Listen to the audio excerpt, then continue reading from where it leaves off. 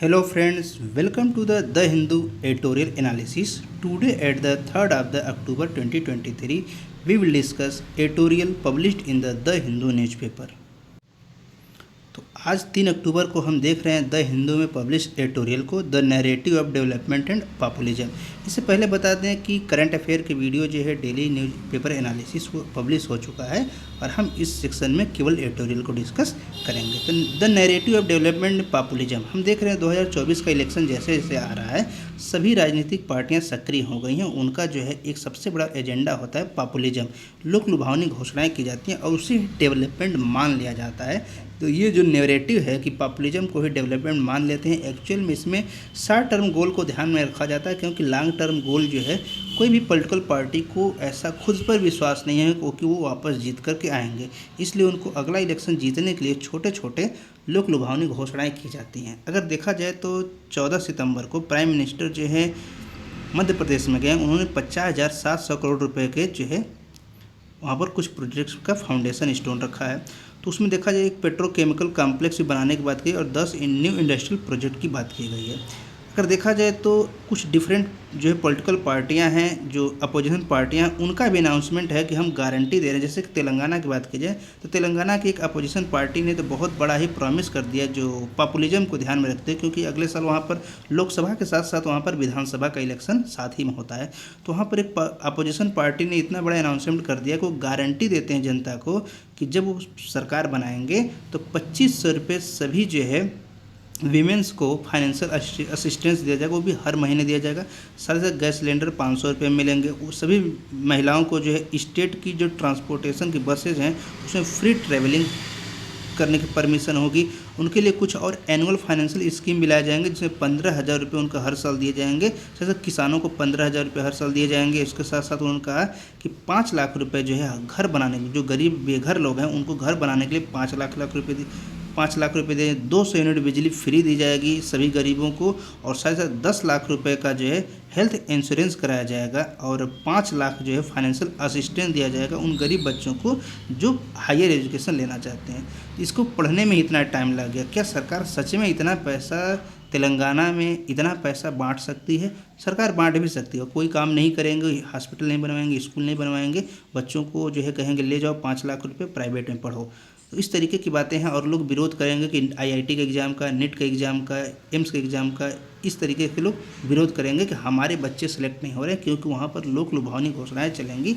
तो बच्चा भी क्या करेगा, वहाँ पैसे पाने की ज़्यादा कोशिश करेगा, पढ़ाई करने की कोशिश कम रहेगी। इस तरीके से हम देखते हैं कि जो ये बहुत ही कॉमन नैरेटिव बन गया है कि जो डेवलपमेंट है एक्चुअल में वो पॉपुलिज्म ही हो गया। एक तरीके से देखा जाए तो डबिंग हो गई है कि जहाँ पर भी कोई डेवलपमेंट की बात करनी है, कुछ घोषणाएं कर दो, कुछ आधी अधूरी पूरी भी कर दो। और इस तरीके से देखा जाए तो एक देखा जाए डेवलपमेंट रिटार्डिंग इफेक्ट क्रिएट हो गया है कि डेवलपमेंट हो नहीं रहा है, पॉपुलिज्म के नाम पर वहाँ रिटार्डेशन नहीं हो रहा है, जो होना चाहिए था वो भी नहीं हो रहा है, लेकिन कहने के लिए वहाँ पर डेवलपमेंट हो रहा है। तो एक डेवलपमेंट द डेवलपमेंट ऑब्सेशन वाली क्राइटेरिया क्रिएट हो गया। तो आर्टिकल का हेडिंग बहुत अच्छा है, द डेवलपमेंट ऑब्सेशन। ये एक ऑब्सेशन क्रिएट हो गया है और इसका कोई भी एनालिसिस नहीं हो रहा है। एक्चुअली में इसको एनालिसिस करने की आवश्यकता है। इसके पीछे बहुत बड़ा कारण है कि जो सस्टेनेबिलिटी बात करते हैं, जो वेलफेयर स्कीम चलते हैं, हम देखते हैं कोई भी स्कीम जब सरकार लाती है वो स्कीम जो है 6 महीने 1 साल तक इम्प्लीमेंट होता है, अगले साल स्वयं वही सरकार उसे इम्प्लीमेंट नहीं करती है। सरकार हजारों सैकड़ों हजारों योजनाएं जो है 5 सालों में लॉन्च कर देती हैं, लेकिन उसमें से मुश्किल से 2-3 योजनाएं ही पूरे 5 साल तक स्वयं सरकार चलाती है। सरकार स्वयं ही नहीं चलाती। क्यों? क्योंकि उनको पोस्टर छपवाना होता है, उनको रैली में अनाउंस करना होता है कि हमने ये स्कीम चलाया, चाहे वो स्कीम भाड़ में जाए। An easy route to make development as an appealing proposition for voter is to define it narrowly in term of visual physical infrastructure. तो यही सबसे बड़ी बात है कि विजुअल फिजिकल इंफ्रास्ट्रक्चर दें। जैसे उन्होंने गैस सिलेंडर बांट दिया फ्री में, किसी को बिजली दे दिया, किसी को जो है लोन दे दिया, तो एक विजुअल है कि हाँ हमने जो है काम किया है। अब वो कॉलेज नहीं बनवाए, क्योंकि कॉलेज बनेगा तो उसमें 2-3 साल लगेगा, फिर उसके जो है बच्चे पढ़ेंगे, तो बच्चा पढ़ने के बाद 2-3 साल बाद, 8 साल बाद, 10 साल बाद कोई जो है प्राइमरी स्कूल बन रहा है तो वहाँ पर बच्चा पढ़ेगा, तो 15 साल बाद जो है वो कुछ बनने की योग्यता आएगी। यूनिवर्सिटी है तो वहाँ पर बच्चा आज बेरोजगारी स्थिति है, सरकार वैकेंसी नहीं ला रही है कि 5 साल 10 साल बाद बच्चा पास होगा, 12-20 साल बाद तो बच्चा तब तो पता चलेगा कि हाँ वो इस कॉलेज से पढ़ा है, किसी यूनिवर्सिटी से पढ़ा है, तो तब तक सरकार को खुद भरोसा नहीं है वो सरकार में रहेंगे। इसलिए सरकारें क्या करती हैं, ऐसा स्कीम लाती हैं जो 1 से 1.5 साल में कंप्लीट हो जाए, जिससे कि अगला इलेक्शन जब आए तो ढिढोरा पीट सके, छाती पीट सके कि हमने ये काम करवाया है, जैसा कि हम अक्सर देखते रहते हैं। इस तरीके से देखा जाए तो इनकम्बेंट जो गवर्नमेंट होती है उनके पास एक एडवांटेज हो जाते हैं कि वो फिजिकल इंफ्रास्ट्रक्चर क्रिएट कर लेते हैं और उसकी जो है अमाउंट बहुत हाई होती है, क्योंकि उनके पास बहुत ज़्यादा रिसोर्स है, वो क्रिएट कर लेते हैं और उनको वोट भी मिल जाते हैं। जो अपोजिशन पार्टी है, जो सत्ता में नहीं है, वो क्या करते हैं, अनाउंसमेंट करते हैं और सरकार में आ जाते हैं तो आधा अधूरा वो भी पूरा कर ही देते हैं, जिससे कि उनको भी इलेक्शन जीतने का मदद मिले। Equating development to visual mega infrastructure could over time become a dangerous obsession for tourism.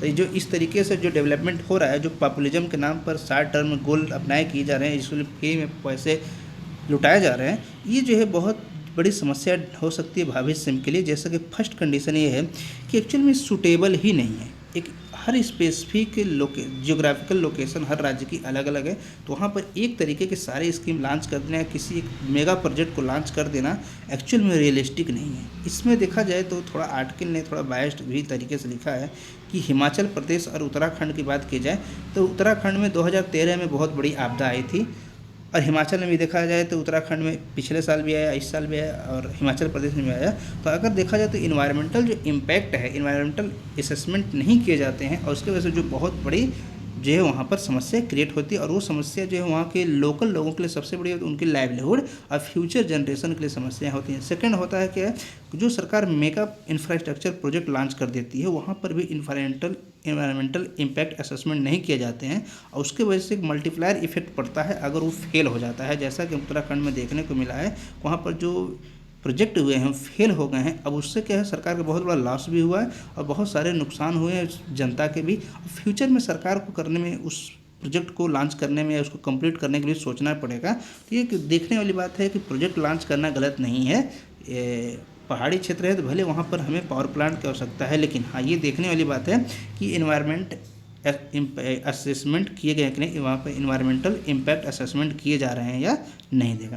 अगर देखते हैं कि हम जो जून जुलाई में देखा जाए इसी साल, तो वहाँ पर हम देख रहे हैं हिमाचल प्रदेश में 41 लैंडस्लाइड हुए, 81 तो लैंडस्लाइड हुए और 29 फ्लैश फ्लड आए हैं, क्लाउड बस्ट हो रहे हैं। हिमाचल प्रदेश में जो बारिश होती है वहाँ पर क्लाउड बस्ट होता है, उसको हम पड़ गोला कहते हैं। पड़ मतलब पानी, तो वहाँ पर पानी की हम बूंदें नहीं देखते, वहाँ पानी का गोला गिरता है, और वो जो है एक्चुअल में मानसून का असर होता है, जो साउथ वेस्ट मानसून होता है और फिर वो अरेबियन सी के माध्यम से आता है, और वही जो है मुड़ करके चला जाता है वेस्ट वे ऑफ बंगाल में। और वे ऑफ बंगाल और साउथ वेस्ट के जो अरेबियन सी के मानसून होते हैं, जब दोनों जाकर के आपस में कोलाइड होते हैं तो एक्चुअली हिमाचल प्रदेश में ही होते हैं, इसलिए वहाँ पर दोनों का इम्पैक्ट होने की वजह से बारिश ज़्यादा होती है, क्लाउड बस्ट कंडीशन हर साल देखने को मिलती है, जिसे फ्लैश फ्लड या लैंडस्लाइड होता है, वहाँ पर उसे पड़ गोला कहा जाता है। लेकिन क्लाइमेट चेंज होने की वजह से हम देख रहे हैं ये चीज़ हिमाचल प्रदेश में तो हो ही रही है, लेकिन उस थोड़ा ईस्ट डायरेक्शन में शिफ्ट हो रही है। इसके पीछे का कारण है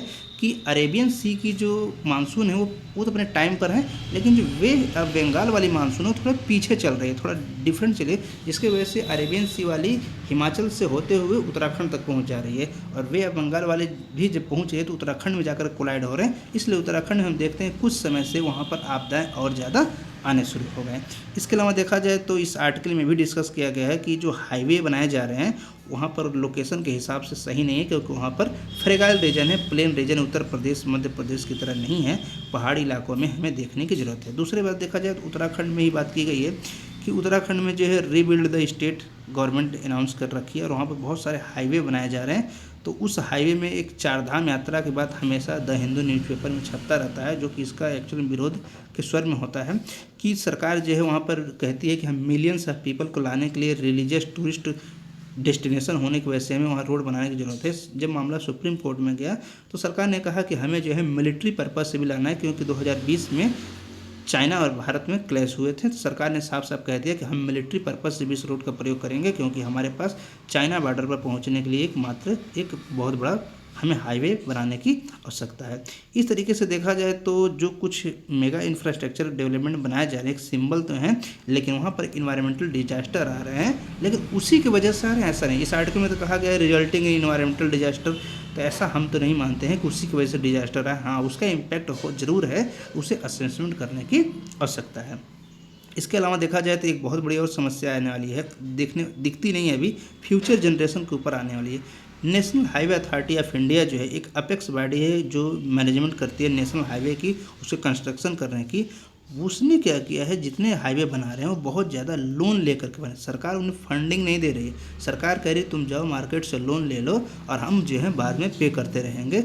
अब इसकी समस्या ये है कि national highway authority of India के पास प्रेजेंट टाइम में मार्च 2023 के डाटा देखें तो 3,42,801 करोड़ रुपए का तो लोन है, और ये लोन 2014 में 23,797 करोड़ था। यानी कुल मिला जुला के देखते हैं कि 3.27 ट्रिलियन रुपए का लोन जो है 2017-18 से 2021-20 तक 4-5 सालों में national highway authority of India ने ले रखा है। जो कि ये लोन जो है उनके पास है, ये जो है करीब 50,000 करोड़ 2028 तक, और 2050 तक देखा जाए तो ये बहुत बड़े अमाउंट है। कुछ लोन इनके इतने बड़े हैं लॉन्ग टर्म के कि 2050 तक इनको पेमेंट करना है, मैच्योरिटी 2050 में। यानी देखा जाए तो अब से लेकर के 2050 तक जनता को पेमेंट करनी है। तो सरकार क्या करेगी, डीजल पेट्रोल का दाम बढ़ाएगी, गैस सिलेंडर का दाम बढ़ाएगी, जीएसटी बढ़ाएगी। जो चीज़ें सामान्य चीज़ें हैं जिस पर 5% या 12% टैक्स होना चाहिए उस पर सरकार 18%। सभी व्हीकल पर सरकार ने 28% जीएसटी लगा दी है। यानी एक गरीब व्यक्ति एक मोटरसाइकिल खरीदता है तो उसको भी 28% जीएसटी पेमेंट करना। एक जो है अमीर व्यक्ति मर्सिडीज खरीदता है, लंबोर्गिनी खरीदता है, आडी खरीदता है, BMW खरीदता है तो उसको भी 28% जीएसटी दिया है। ये गवर्नमेंट देखा जाए तो वायस्ड नेचर से काम कर रही है, क्योंकि एक सिंपल जो 100 सीसी की मोटरसाइकिल है इस पर तो कम से कम 12 या 18% जीएसटी होना चाहिए, लेकिन सरकार ने फ्लैट रेट अप्लाई किया है कि 28% सबको जीएसटी देना है। तो ये जो national highway authority of India जिसके पास 3,42,801 करोड़ रुपए का लोन है, जिसके जो है 2028 से शुरू होकर के 2050 तक मैच्योरिटी है, तो ये पेमेंट सरकार ऐसे ही भरपाई करेगी। और हम जानते हैं रोड किस तरीके से बनते हैं, रातों रात रोड बन रहे हैं, रोड की क्वालिटी गंदी है, इसकी वजह से रोड हर बरसात में टूट ही जाते हैं। बिहार में देखा गया कि गंगा नदी में पुल एक तरफ से बन रहा है, दूसरी तरफ से टूट रहा है। तो अगर देखा जाए तो हम कुल मिला जुला के कहते हैं कि जो फिस्कल डेफिसिट है वो सरकार की बढ़ने ही वाली है। जनता की एक्चुअल में बात की जा रही है कि national highway authority of India की लायबिलिटी बढ़ेगी, लेकिन एक्चुअल में उसकी लायबिलिटी नहीं है, वो यहाँ के देश के लोगों की लायबिलिटी है।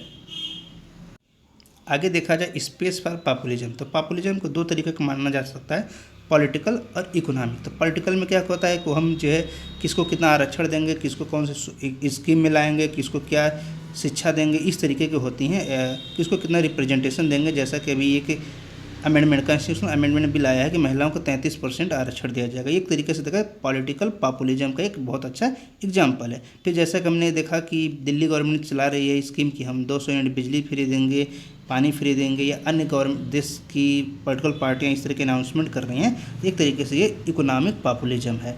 इस तरीके से देखा जाए तो सरकार पैसा लेती है और जनता से पैसा उसी को दूसरे माध्यम से दी जाती है। तो ये बहुत बड़ी समस्या है, क्योंकि हम देख रहे हैं जैसा कि अभी national highway authority of India का केस देखे, ये फ्यूचर में ऐसे ही होने वाली है। और फ्यूचर जो जनरेशन आने वाली है या हम ही लोगों को इसका पेमेंट करना पड़ेगा जीएसटी के माध्यम से। जैसा कि हमने देखा जीएसटी कलेक्शन सरकार का 1,87,000 करोड़ रुपए एक महीने तक का पहुँच गया है, जबकि 2017 में जब जीएसटी लॉन्च हुआ सरकार का खुद उम्मीद कभी सरकार की पूरी नहीं होती है, टारगेट पूरा नहीं होता। सरकार ने कहा कि 1 लाख करोड़ रुपए हम चाहते हैं कि हर महीने हमें जीएसटी कलेक्शन हो, लेकिन हालत ये है कि सरकार के रेवेन्यू 1,87,000 करोड़ तक पहुंच गए। यानी 2023 के दीपावली तक शायद ये 2 लाख करोड़ भी पहुंच जाएं। तो यहाँ पर ये देखने वाली बात है सरकार हमसे कितना ज़्यादा टैक्स ले रही है। सिर्फ ये कुछ, इससे अलावा बहुत सारे टैक्स हैं, जीएसटी के अलावा बहुत सारे डायरेक्ट टैक्स हैं, बहुत सारे टैक्स हैं जिस पर सरकार पेट्रोलियम पदार्थों पर अलग से टैक्स सरकार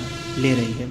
तो इस देखने वाली बात है कि कन्वेंशनल मॉडल। अब कन्वेंशनल मॉडल की बात की जाए जो इकोनॉमिक ग्रोथ की होती है, तो यहाँ पर इकोनॉमिक ग्रोथ ऐसे ही है, वहाँ पर जो है इनबिल्ट कॉन्सिक्वेंसेस देखने को मिलेंगे और उसका बेनिफिट समाज के हर वर्ग को नहीं मिलता। ऐसा माना जाता है कि ट्रिकल डाउन इफेक्ट होगा। तो ग्रोथ का जो ट्रिकल डाउन मॉडल है उसे एज्यूम किया जाता है उसका बेनिफिट समाज के हर लोगों को मिलेगा, लेकिन एक्चुअल में क्या है, growth is characterise high tide that lift all boats. ऐसा ये ट्रिकल डाउन इफेक्ट में माना गया है कि जिस तरीके से हाई टाइड आती है तो सबको ऊपर उठा देती है, लेकिन इस तरीके का कंडीशन हमको देखने को समाज में एक्चुअल में नहीं मिलता है। Government led redistribution is needed to reduce the size of such outliers and spread the benefit of growth more evenly। Government को ये ध्यान देने वाली बात है कि हमें जो है इस तरीके की चीज़ों से बचें और समाज के हर वर्ग को फ़ायदा पहुँचे और लॉन्ग टर्म में पहुँचे, इस बात के लिए कोशिश की जानी चाहिए। Poor resilient coupled with an injection of fragility to the environmental result in situation of cost of such infrastructure led development remaining in the system of long। तो ये सबसे बड़ी समस्या है कि जो गरीब लोग होते हैं, अगर वहाँ पर आपदा आती है सरकार थोड़े से राहत तो दे देती है, लेकिन जिनके घर ख़त्म हो गए, बह गए नदियों में, उनके लिए एक इंफ्रास्ट्रक्चर अपना बनाना बहुत कठिन हो जाती है। तो गवर्नमेंट को इसको ध्यान देने की आवश्यकता। नेक्स्ट आर्टिकल है criminal law bill and hello decolonisation. तो जैसा कि हम देखते हैं कि जब ये बिल क्रिमिनल लॉ बिल में चेंजिंग आई है और सरकार ने पार्लियामेंट में 3 नए बिल पेश कर दिए हैं, जो आईपीसी सीआरपीसी हैं, उन्हें जो है चेंज किया जा रहा है।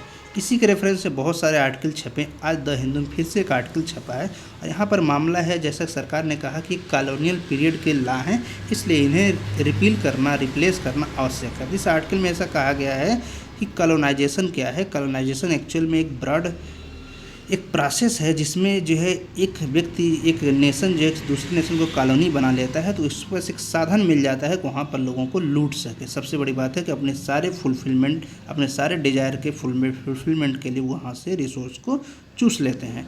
तो ये सरकार कह रही है कि हम कॉलोनियल पीरियड के लॉ को रिपील कर रहे हैं, रिप्लेस कर रहे हैं, लेकिन यहाँ पर मामला ये है, कॉलोनियल पीरियड में हम देखते हैं एक्चुअल में होता ये है कि जिसके पास पावर होता है उसी के पास राइट होती है, और जिसके पास पावर नहीं होता है उसके पास सिर्फ जिम्मेदारी होती, आज्ञाएं मानना पड़ता है।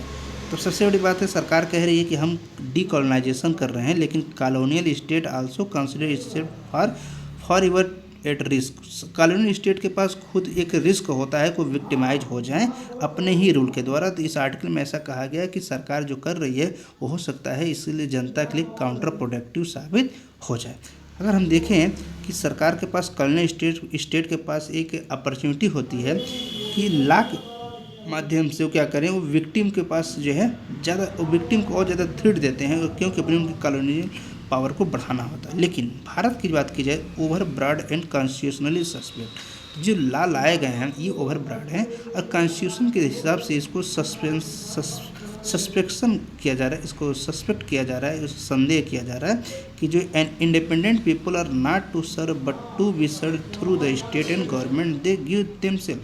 तो डेमोक्रेसी का ये रूल है कि एक्चुअल में यहाँ पर सरकार, हम कहते हैं कि जनता द्वारा सरकार शासन किया जा रहा है, लेकिन एक्चुअल में ये है नहीं। यहाँ पर एक रिप्रेजेंटेटिव नहीं दिया जाता और यही एमपी एमएलए हमारे ही खिलाफ कानून बनाते हैं बड़े ही डिजाइनिंग तरीके से, और हमारे ऊपर बहुत सारी जिम्मेदारियाँ ला दी जाती हैं। जैसे इनकम टैक्स ये लोग नहीं भरते हैं, क्यों नहीं भरते हैं, कोई जवाब नहीं है, जबकि आर्टिकल 14 कहता है कि सभी लोग इक्वल हैं, सभी जो है कानून के समक्ष इक्वल है। आर्टिकल 21 जो है सबको जो है लाइफ की गारंटी देता है, लेकिन ये लोग खुद टैक्स नहीं भरते। इनको बिजली फ्री मिलती है, लेकिन हमारे बिजली के दाम बढ़ेंगे, ये लोग पानी फ्री में लेते हैं, इनको व्हीकल फ्री मिलते हैं, इनको बहुत सारे पैसे मिलते हैं, करीब 4 से 5 लाख रुपए तो सिर्फ एक विधायक को मिलते हैं हर महीने, और सांसद को करीब 8 से 10 लाख रुपए। तो ये लोग कानून के ऊपर स्वयं हो जाते हैं। तो इसी को डिस्कस किया गया है कि जो फंडामेंटल शिफ्ट होता है एक्चुअल में कॉलोनियल वाले माइंडसेट को ही सरकार मेंटेन करने वाली है। क्योंकि यहाँ से जो बिल आए हैं, इस बिल के कुछ ऐसे प्रोविज़न हैं जो, जैसे बात करें हम भारतीय न्याय संहिता की, उसमें ऐसा देखा गया है कि जो ऑर्गेनाइज क्राइम है, फॉल्स इन्फॉर्मेशन, जियोपार्डनाइजिंग सॉवरेनिटी है, इस तरीके के जो टेररिस्ट एक्टिविटी है, इनको जो है सरकार ने ज़्यादा इंपॉर्टेंस दिया है। लेकिन ये सच है, इनका इंपॉर्टेंस तो है, लेकिन अगर देखा जाए तो जो नए ऑफेंस लाए हैं सरकार ने, उसमें सरकार ने पुलिस पावर बढ़ा दी है। यानी एक्चुअल में देखा जाए तो जनता के पास पावर कम हो रहे हैं और पुलिस के पास पावर बढ़े। तो एक्चुअल में कानून लाना सही है, एक टेररिस्ट को ख़त्म करना अति आवश्यक है, उसे तुरंत गोली मारने का आदेश देने वाला पारित करना। लेकिन भारत में क्या होता है, उसको केस चलेगी, सबको पता है कि उसने क्या किया, परंतु उसके बाद केस चलेगी, 14 साल 18 साल 20 साल तक केस चलेगा। फिर क्या होगा, उसको बीमारी का बहाना होगा और फिर उसको थोड़ी सी सज़ा हो जाती है और फाइनली वो छूट ही जाते हैं। किसी न किसी केस में फांसी तो होती नहीं है।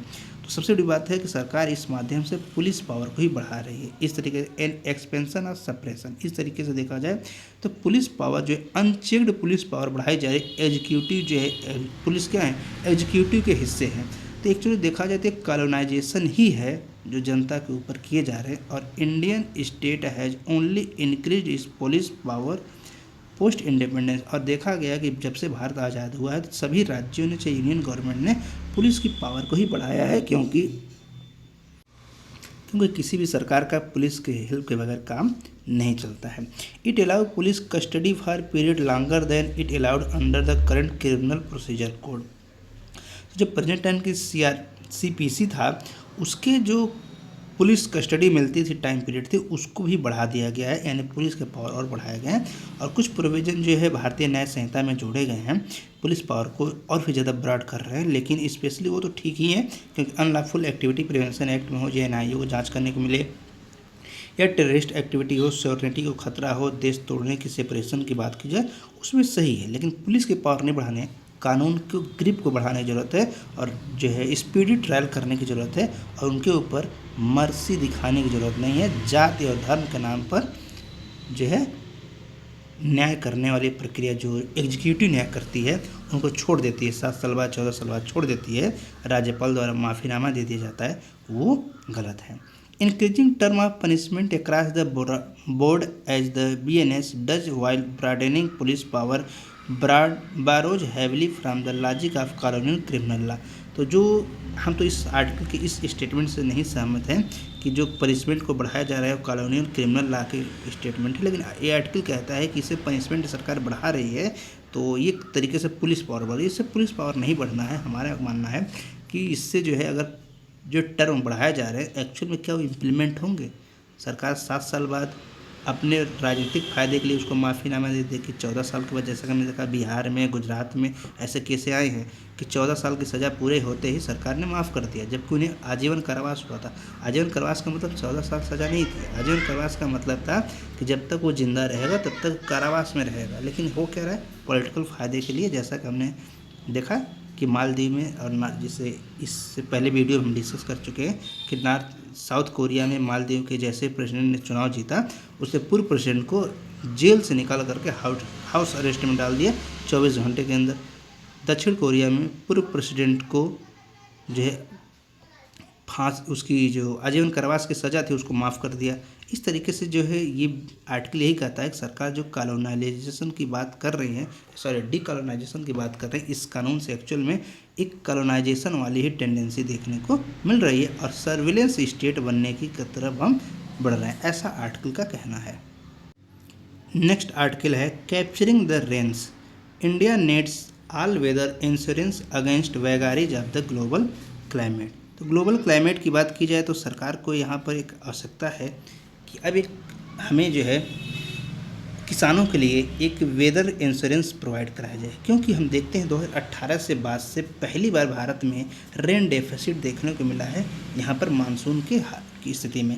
और इस साल 2023 में 82 सेंटीमीटर 82 सेंटीमीटर रेनफॉल एवरेज रूप से देखने को मिला है भारत में, जो कि पहले की तुलना में 6% कम है। पहले 89 सेंटीमीटर हुआ करता था। अप्रैल में ही उसे ये इंडिकेशन आ गए थे कि अब की साल अल नीनो का इफेक्ट रहने वाला है और बारिश कम होने की उम्मीद है। इस तरीके से रेनफॉल के डिक्लाइन की उम्मीद तो थी, लेकिन हम देखते हैं 2019 से 22 के बीच में जो है इसका इम्पैक्ट ज़्यादा पड़ा है। और एक्चुअल में जो कूलिंग वाली कंडीशन है, ला नीना जब होता है, ला नीना ईयर में एक्चुअल में एबव नॉर्मल रेनफॉल होती है, लेकिन अब की साल जो है अल नीनो का पीरियड था और बारिश नहीं। लेकिन हम देखते हैं इसी साल 2023 में कुछ जगहों पर बारिश ज़्यादा हुई है, जैसे कि नॉर्दर्न इंडिया में, जबकि साउदर्न इंडिया में बारिश काफ़ी कम हुई है। 9% देश के ऐसे हिस्से हैं जहाँ पर एक्सेस रेनफॉल हुए, 18% में डिफिशियंट हैं और रेस्ट कंट्री की बात की जाए तो नॉर्मल रेनफॉल देखने को मिला है। वहीं अगस्त महीने में देखा जाए तो यहाँ पर जो है काफ़ी ज़्यादा नॉर्मल के कंपेरिजन में बारिश कम हुई है। जुलाई महीने में देखा गया तो चंडीगढ़, हरियाणा, हिमाचल प्रदेश में बारिश ज़्यादा हुए, जिसके वजह से वहाँ पर फ्लड आ गए, फ्लैश फ्लड हुए और क्लाउड बस्ट हो गया। हिमाचल प्रदेश में बहुत सारी, दिल्ली वगैरह में बाढ़ जैसी स्थिति आ गई थी यमुना नदी में। इसके पीछे का कारण ये दिया गया कि मानसून और मेडिटेरेनियन रीजन से जो हमारे आते हैं, जो वहाँ से जो स्टार्म आते हैं, एक्स्ट्रा ट्रॉपिकल स्टार्म आते हैं, उनकी वजह से बारिश दोनों आपस में कोलाइड कर रहे हैं। जैसे ऐसी एक्सपेक्टेशन नहीं होती, क्योंकि जो मेडिटेरेनियन एरिया से एक्स्ट्रा ट्रॉपिकल स्टार्म होते हैं उनका पीरियड जो होता है दिसंबर जनवरी होता है, मैक्सिमम फरवरी तक या मार्च तक वो लौट जाते हैं।